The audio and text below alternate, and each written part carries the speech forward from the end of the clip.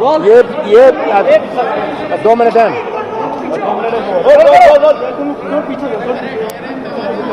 अब आप आपस में ही व्यवस्थित हो जाए। बड़े दुख के साथ मुझे कहना पड़ता है कि ये बजट केवल आंकड़ों का खेल है। आत्मनिर्भर आत्मनिर्भर आत्मनिर्भर ये एक नया स्लोगन बन गया है। इस स्लोगन में सब कुछ फिट हो जाता है। ये आत्मनिर्भर प्रदेश की बात कर रहे हैं या आत्मनिर्भर भारतीय जनता पार्टी और भारतीय जनता पार्टी के नेताओं की कर रहे हैं। इस बजट में किसानों के लिए जो कर्ज माफ की बात थी, हमने कर्ज माफ शुरू किया था। हर किसान का जन्म कर्जे में होता है और कर्जे में उसकी मौत होती है। 70% अपने प्रदेश की अर्थव्यवस्था कृषि क्षेत्र पर आधारित है। जिसकी किराने की दुकान होए, उसकी किराने की दुकान गांव में तब चलती है जब किसान के जेब में कुछ पैसा होए, उसके पास क्रय शक्ति होए, खरीदने की ताकत होए। ये हमारे बाजार, इंदौर के बाजार या भोपाल के बाजार, कोई दिल्ली से बाजार करने नहीं आता। तो सबसे बड़ी प्राथमिकता आज हमारी कृषि क्षेत्र की है, जो हमने शुरू करी थी, जहाँ लगभग 27 लाख किसानों का कर्जा माफ किया। दूसरा किस्त चालू था, ये आज बंद है। इस पर कोई कुछ नहीं कहना। अंत में जो भी प्रावधान होता है, जो भी एलोकेशन होती है, इसका क्रियान्वयन कैसे होता है, इसका डिलीवरी मैकेनिज्म क्या होगा, कितने हितग्राहियों को इससे लाभ मिलेगा, ये अंत में प्रश्न होते हैं जिससे विकास और प्रगति की बात की जा सकती है। तो हम देखेंगे इसकी कितना इसका क्रियान्वयन होता है। पेट्रोल, डीजल, गैस, अब तो खाने का तेल, रसोई का तेल भी गया, उसके भाव भी बढ़ रहे हैं। कुछ नहीं कहा, कह देते कि हम वैट इतना कम कर देंगे। जवाब में कहते हैं कि हमारी सरकार ने, जब कांग्रेस की सरकार थी, वैट बढ़ाया। हाँ, हमने बढ़ाया था, हमने छुटपुट बढ़ाया था, पर उससे भाव नहीं बढ़े थे, उससे भाव नहीं बढ़े थे। ये बात हमें याद रखनी है। ये वैट और सेल टैक्स मैकेनिज्म जो है, इसको कैसे कैलिबर किया जाए ताकि भाव ना बढ़े, ये प्रश्न होता है अंत में। तो आज आम जनता पिट रही है पेट्रोल, गैस, डीजल, अब तो रसोई के तेल से। इसके बारे में कुछ नहीं। ये कह देते कि रसोई का तेल टैक्स फ्री होगा, कम से कम भाव तो रसोई में कम हो जाता। इसके बारे में भी कुछ नहीं, केवल प्रावधान, केवल प्रस्तावित और आत्मनिर्भर का ये बजट है।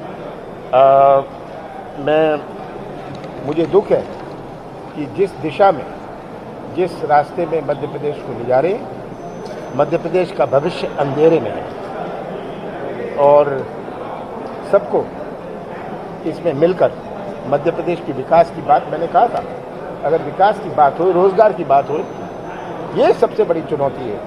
आज रोजगार, जो ये नई पीढ़ी है, जो ये मध्य प्रदेश का निर्माण करेगी भविष्य में, ये नई पीढ़ी का क्या भविष्य है, ये नई पीढ़ी के बारे में कुछ नहीं।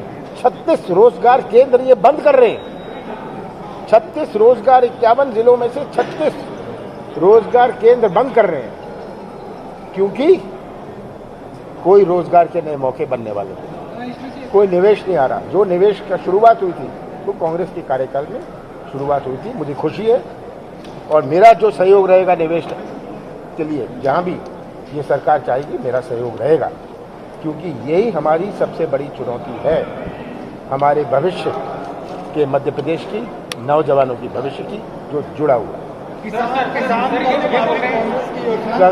किसान कर्ज माफी के बारे में कुछ नहीं कहते। ये कह देते कि चलिए हम पूर्ति करेंगे, दूसरी किस्त, तीसरी किस्त पूरी करेंगे।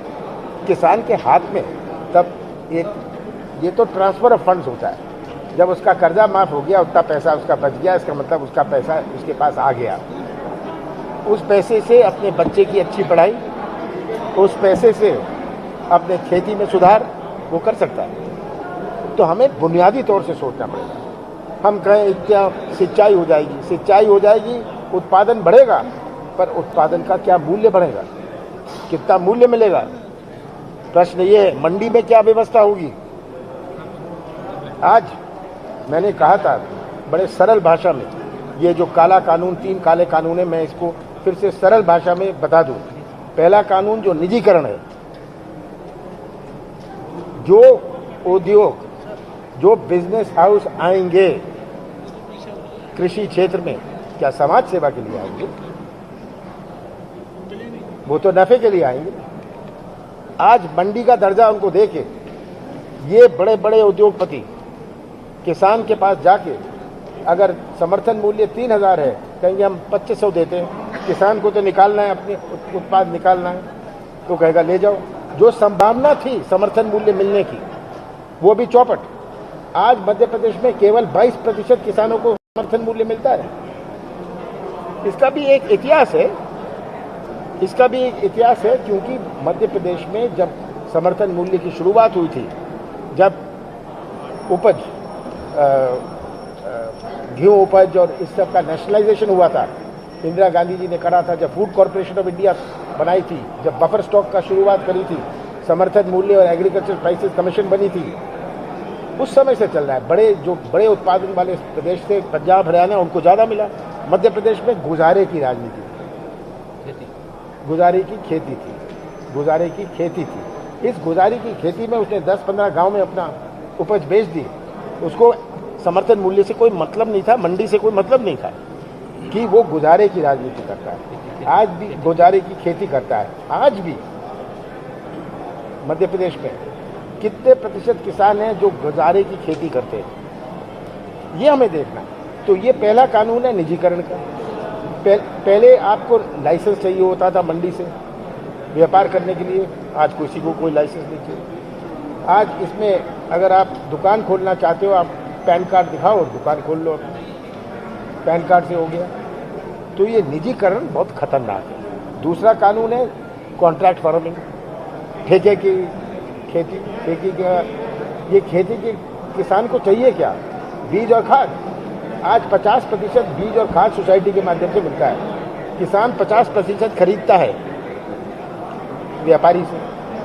बड़े बड़े उद्योगपति, बड़े बड़े बिजनेस हाउस सब खाद और बीज इकट्ठा कर लेंगे। किसान के पास जाएंगे, बोनी का समय है, उसके पास पूछेंगे तेरे पास खाद है, बीज है, कहेगा नहीं है। पूरा मौसम निकल जाएगा, बोनी होगी नहीं, किसान क्या करेगा? वो कहेगा ये लो, मैं देता हूँ तुम्हें बीज और खाद, तुम ठेके की खेती करो, इतना इसको बोए इस रेट में खरीदूंगा, और इसकी कोई अपील नहीं, कोर्ट में नहीं जा सकते, पुलिस में भी नहीं जा सकते। एसडीएम के पास जाओ, एसडीएम के पास दिल्ली में कोई जॉइंट सेक्रेटरी के पास जाओ, ऐसी इस तरह की कार्रवाई बनाइए। तो ये है दूसरा कानून। तीसरा कानून है जो स्टॉक लिमिट का था, एसेंशियल कमोडिटीज एक्ट में। आज कोई खरीद ले, सोयाबीन खरीद ले, और जब बाजार में भाव बढ़ जाए तो बेच दे। तो ये आज काला कानून में जो आंदोलन कर रहे हैं, ये सब समझते हैं ये कानून चाहिए।